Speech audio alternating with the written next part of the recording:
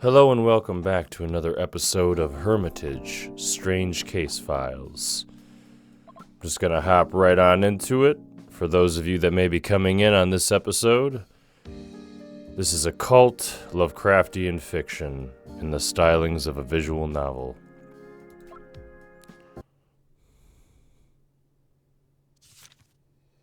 Alright. Well, last we left off, we had talked to our old friend who's looking into that strange explosion in the city. And, pretty sure that's it. I think that we were ready to go to the next stage. We did get our first clue figured out, which is that, Cecil's visions, the young girl who originally came in to seek our aid, reflects the actual past. For she was able to describe some things that she wouldn't have otherwise known. So I say we hit the next stage and see what happens. In the past, I've often asked myself if the concept of time is just some man-made cognitive illusion, a fantasy. Something you can just free yourself of, and your problems will take care of themselves. My book search didn't go well. I've had enough time to rummage through the many collections because Hermitage was so empty. The ground floor had a large collection of medical and pharmaceutical classics, as well as more obscure works, but I couldn't find anything. This whole concept of a vision or a dream coming true is both too special and too vague at the same time. There are many records depicting strange experiences, but most of them are labeled as hallucinations. It's also very hard to verify their authenticity, seeing as they're often just claims without any solid evidence to back them up. There's not much I can do, I'm afraid. Hey, it's Cecil again. It's noon already. Now that I know more about her situation, I might be able to understand and be of more help this time around.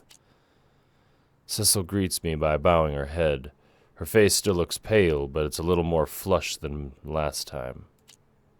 She must feel very relieved to have found someone she can share her troubles with. Today is clearly not the right time to sell books. All right. Suppose we'll just start our conversation with it right away. I was starting to worry that you wouldn't come by today. I'm sorry. The teacher wanted to talk to me about something. Oh? Nothing important, really. Cecil moves closer to the corner of the room, making herself smaller. She seems really quiet and somewhat uncomfortable. Did you find any clues in that book I gave you? Cecil shakes her head and turns towards me. The text is very hard to understand. It's ancient. Looks like my language classes didn't pay off. Cecil's tone sounds self-critical. Well, I'm sure the author didn't write it thinking that one day a high school student would read it. Personally, I wonder if he even intended for this book to be read. The writing style is all over the place and very hard to grasp. It's hard to make out specific details. You know a lot more about these things than me. Is this just how old texts were written? I can only shake my head. The way it was written lacks composure and often drifts into incoherent rambling. It's definitely not how you document professional research. Let's talk about the book later. I want to talk about some other issues today. Is that why you called me? Because you found something? I'm amazed that she would start talking about this topic on her own. I deliberately take a deep breath and lean forward a little. Yes, I found out quite a bit, and it's scary. This thing is big. There's some things we need to talk about, well, a lot of things, actually. I got lucky. Finding out more wasn't that much trouble. As you probably expected, these dreams are definitely out of the ordinary. I have so much evidence now that even if you somehow forgot about them, I'd be able to convince you of their authenticity. How did you... The things you see are actual events from the past. I'm sure of that now. Maybe even more sure than you at this point. The big question is, why do you see them? I can understand that it's a lot easier to lie a little here and there. I can imagine how you must feel. I'd never blame you for it. However,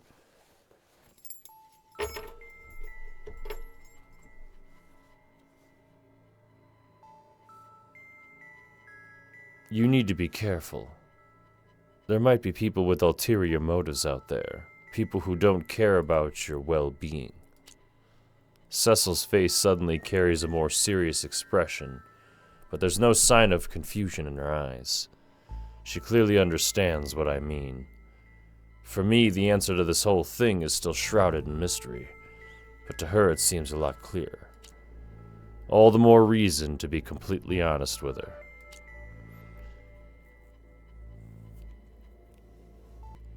As you know, we are creatures of habit, driven by instinct. You worrying about your friend's safety was enough to make you come to me and ask for my help, but it didn't really make you understand the situation any better. Something about your reaction to those dreams made me wonder from the very beginning. You asked me to find out more about what's going on in them, but you seem to take them for granted, as if there's something that you just regularly experience, something expected. You don't seem to question why you have them. People usually don't have any expectations when it comes to their dreams. They're just something that happens, whereas you jump straight into the process of analyzing them and researching their contents. Where there's smoke, there's fire. There's always a backstory, always an explanation. You seem to concentrate on the flame and take it for granted, but how was it lit? The young girl is completely silent. My argument might not be the best, but this is simply about convincing her and appealing to her conscience. I just need to make clear to her that I know what's really going on. That'll get her to talk eventually. If I'm not mistaken, these dreams appear fairly regularly. You know when they're going to happen. You can somehow even manipulate whether they're going to happen at all. I put further pressure on Cecil. Why do they actually appear? What causes them? I need to know that. And I know you're going to live up to my expectation of you and be honest. She knows more than she lets on. The fact that she's only interested in the meaning of her dreams and that she's not at all concerned about the fact that she has these dreams in the first place makes it obvious that she's hiding something. I'm a little disappointed in her, to be honest. Cecil is trying to avoid eye contact. Her inner struggle takes her so long that I could finish reading a whole history encyclopedia in that time. But in the end, she comes to her senses, just as I expected. How should I put this?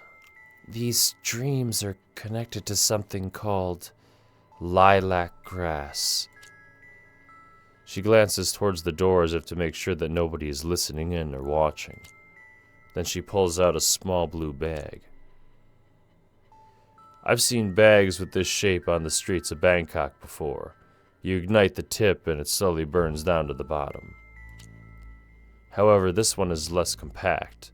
It looks as if it was made by hand. It's also quite large, close to the size of an index finger. What's this? Some kind of incense? Yes. I take the incense bag and carefully sniff the bottom. It smells sweet and woody, but I don't notice a change in my consciousness. Why do you call it lilac grass? That's what Eloise told me it was called. I don't know if there's another name for it. Incense and hallucinations? That's a combination that brings quite a few bad stories to mind. I realize that now, too. But I didn't think it was a big deal, you know? Plenty of kids carry these bags around and use them. I never gave it much thought because it's so widespread. Lilac grass sounds like the sort of incense adults use for essential oil massages. My friend said that when the mind is on edge, that it can be very effective. We get along really well, so we often work together or hang out after school. And Eloise never mentioned anything about these dreams. She only said that the incense has a calming effect and that it's used to help with stress. Cecil shakes her head and takes the bag from my hands.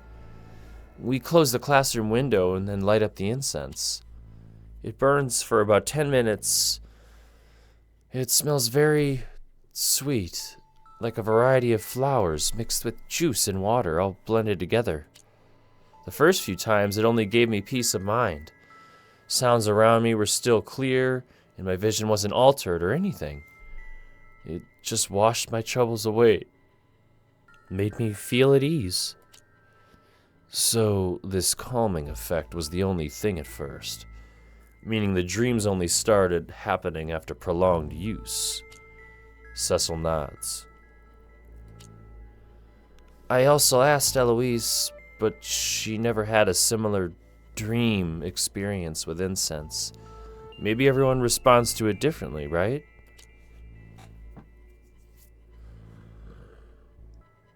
I told myself it was nothing to be concerned about. After all, even if there were some horrifying images, that went away as soon as the incense burned up. Just like waking up from a real dream, you know? It's simply over. I put out my cigarettes, and smoking seems weirdly inappropriate right now. So, the incense is the cause of these mysterious dreams. Well, this certainly makes things more strange, but at least now there's a concept that we can grasp.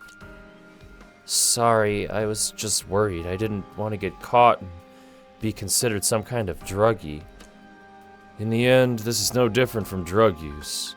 You should be smart enough to know that. Trust me, I'm really not the kind to preach, but you really should be aware that these things can have all kinds of consequences. The fact that the things you see are real and have actually happened is what worries me the most. It's not just a fantasy or your brain chemistry playing tricks on you. This is something much more dangerous. Cecil lowers her head. I assume I got my point across. There's no need to make this even more embarrassing for her, so I decide to move on. It would be irresponsible to stop investigating this now that we know it's not just fantasy. And you've got your own personal reasons to get to the bottom of this, too. My own reasons. Cecil's face is overcome with a sudden flash of sadness, but she quickly regains her focus. If all those events were real, then I can't just ignore certain dreams. That's right. Like, well, what happened to your friend Eloise? I need more information if you want to get to the bottom of this. Not just about your classmate Eloise, your club, your school, and this lilac grass. I need to know more. Of course. If only for her sake. It's okay, cheer up. There's still a few questions I want to ask you. Oh, sweet. Alright, cool. We get some gameplay here. Let's see here. Ask about incense, the art club. Well, that's highlighted, so I don't know if it's trying to point me in that direction. Details of her visions of Eloise as a student representative. Well, I suppose we'll go with the art club. Can you tell me about your club?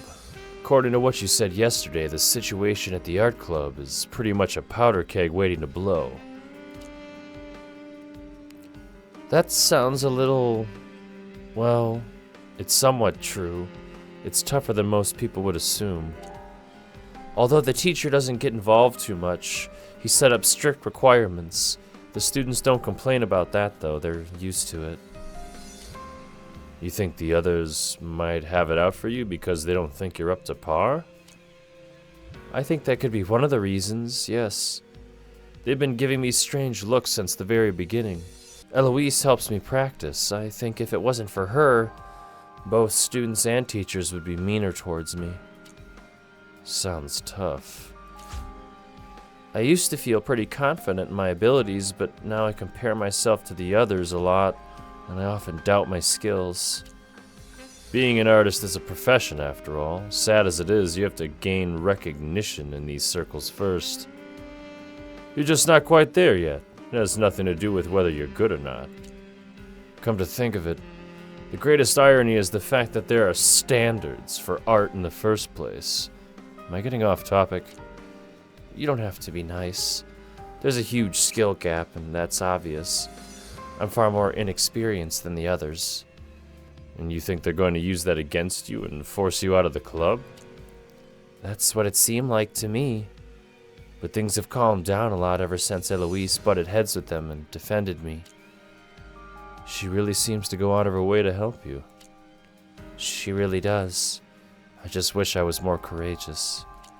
Cecil looks sad. Regret and self-blame accompany her words. All I did was freeze.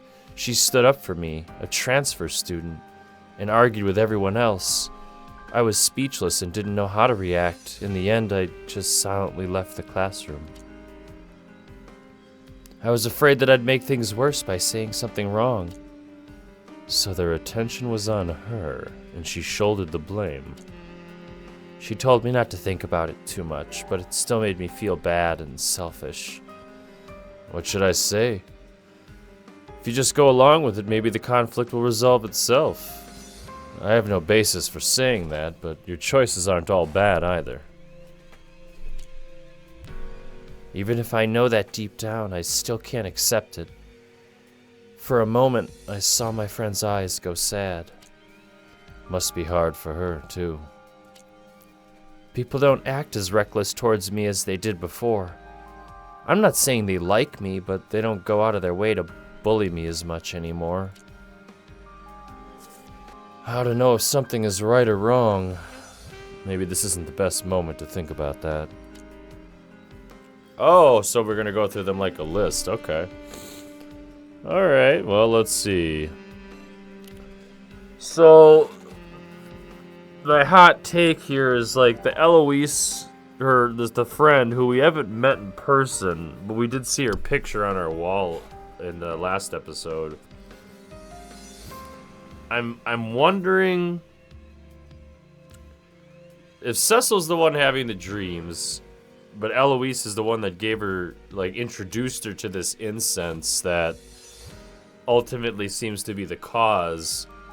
I feel like Eloise, I'm going on a limb here, like, I feel like she's connected to something deeper.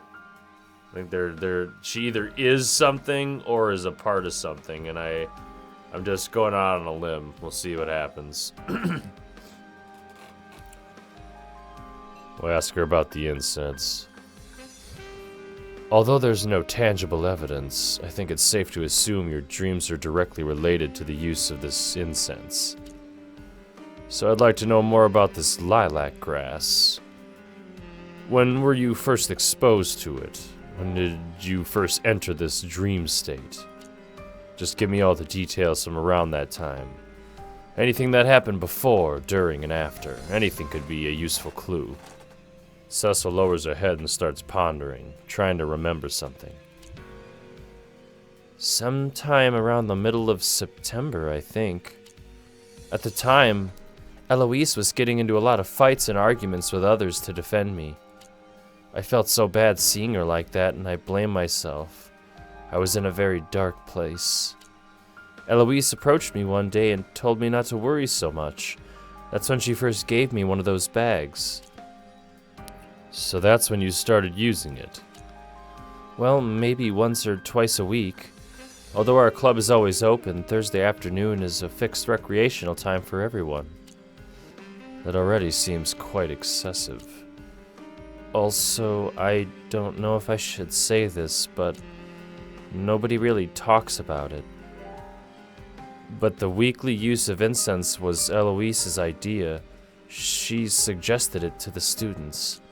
She said using it regularly over a period of 2 months would increase everyone's mood and mental performance.